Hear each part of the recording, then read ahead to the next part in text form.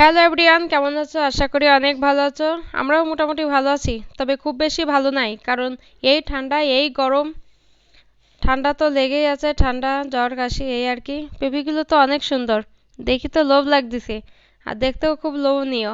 দেখি তো মনে আছে 2 কেজি কিনে নিয়ে যাই। তা আজকে আর কেনার সময় নেই। বাসা থেকে বের হয়েছি 11টার সময়, আর এখন বাজে 2টা 30। বাসায় ছোট মেয়েরে রেখে আইছি, ওরে আবার যাই হালকা পাতলা স্নান করাতেই হবে, কারণ আজকে রাত যথেষ্ট দেরি হয়ে গেছে। কারণ ওই ছোট মেয়েটার 12:30 1টার মধ্যে স্নান করায়।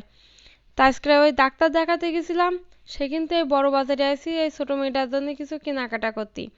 এই কেনাকাটা করে নিয়ে এখন বাসার দিকে যাচ্ছি। এই থানার মোড়ের এমনি দিয়ে, কারণ ওই ডাক বাংলা সোজা দিয়ে গেলি মানে প্রচুর ভিড়।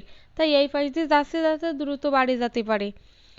তা ওই গেছিলাম ডাক্তার দেখাতে 150 টাকায়। বিশেষজ্ঞ ডাক্তাররা রুগী দেখতেছে, তাই মনে করলাম হালকা পাতলা জ্বর কাশি যে একটু ডাক্তার দেয় আসি। তাই 150 টাকা দিয়ে টিকিট কেটে যখন ডাক্তারের রুমে ঢুকলাম, ডাক্তারের চেহারার দিকে তাকাই, মনে আছে কি ডাক্তারের রুগী দেখতে খুব কষ্ট আসছে। মানে রুগী ছিল অনেক। এই মনে করো আমার সিরিয়ালই ছিল 22, তাহলে আগে পাশে তো অনেক রুগী আছে। তা ডাক্তার মনে হয় মনে মনে ভাব দিছে যে যদি 700 টাকা করে কি 1000 টাকা করে নিতাম, তার মানে আমার 1 গাদা টাকা লাভ হতো।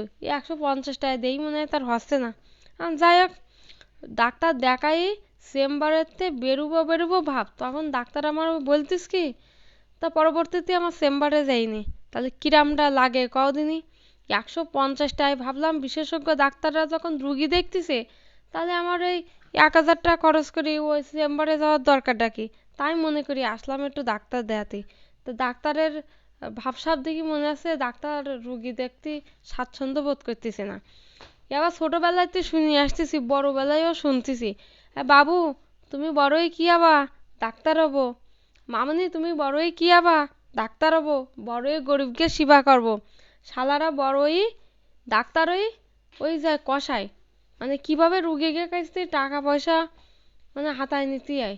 আজকের পরীক্ষা কাল সে পরীক্ষা, মানে ডাক্তারের রানে একটু জ্বর হলেই গেলেও সাথে সাথে পরীক্ষা একটা হাতে ধরায় দেয়।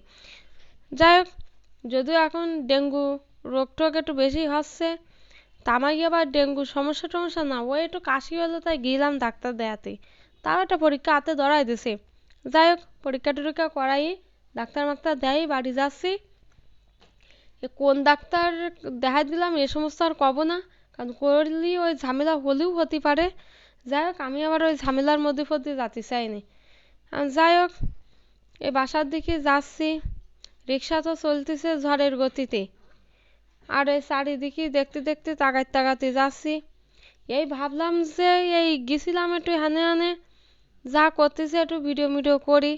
হাতে মোবাইলটা রয়েছে যখন, ফেসবুকে আপলোড করবানে, এ সবাই একটু দেখবেনে, যদি একটা লাইক ঠাইক দেই। আবার এই কী নিয়ম উঠিছে, মানুষ যা করে তাই ফেসবুকে শেয়ার করে, দেই দেখি মেলা মেলা ভিউ হয়, লাইক কমেন্ট হয়। আমার ভাই অত লাইক কমেন্ট দরকার নাই, এমনি ভাল লাগে তাই একটু দিই, তাই ছাড়া আর কিচ্ছু না। তা যাই হোক, বড় মেয়েটা তো ক্লান্ত হয়ে গেছে, ওর আর ভালো লাগতেছে না, এখন বাসায় যেতে পারলেই হয়, ভাত খেয়ে ঘুমাবে। তো এই রিক্সা জ্যামে দাঁড়াইছি, ওইদিকে আবার 20 মিনিট মতন। এই কতে কতে আবার এই মনে আছে আবার দাঁড়াতে হবে। এই আবার মনে হয় একটা অ্যাক্সিডেন্ট হয়েছে ছোটোখাটো, এই ধাক্কা ধাক্কি করে মনে হয় গাড়িটা পড়ে গেছে। তাই এখানে আবার এই 30 মিনিট দাঁড়াতে এলো কতি কতি।